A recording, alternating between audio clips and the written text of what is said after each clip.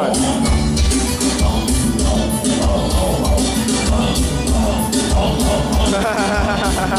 Achei que era bebê igual uma madeira lá.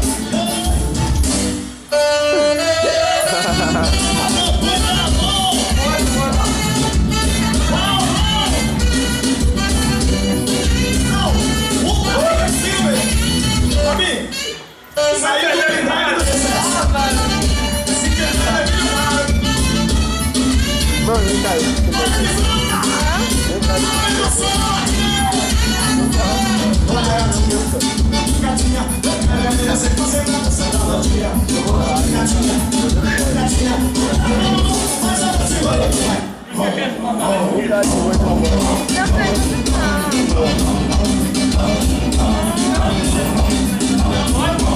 Nossa, aquele dia lá que eu falei assim, você falou, ah, você parece que gosta de dia. Sabe que é? Não era pra você entender daquele jeito. A minha irmã falou, minha prima, você tem cara de safado, que é galinha,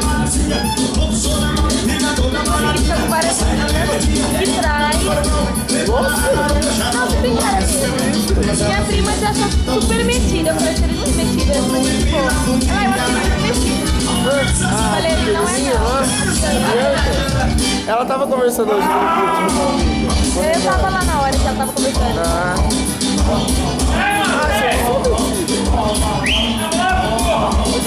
Eu não falei nada. Não, você também concorda? Já não concordo. Olha lá, tá vendo? Olha quem trai ou faz essas coisas da produção, cara? Acho que dá. Não, não dá não, é verdade, não dá. Nada a ver. Eu declaro meu coração,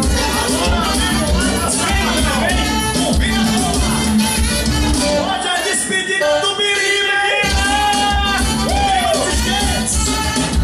Ele colocou cerveja na madeira. Colocou. Aí a mãe vai lá e dá pra criança sem querer, você fica vendo. Ele dele Meu amigo. tava tomando leite, aí ele pegou e Uma vez o colocou. cachorro tava dormindo, meu amigo colocou uma garrafa de cerveja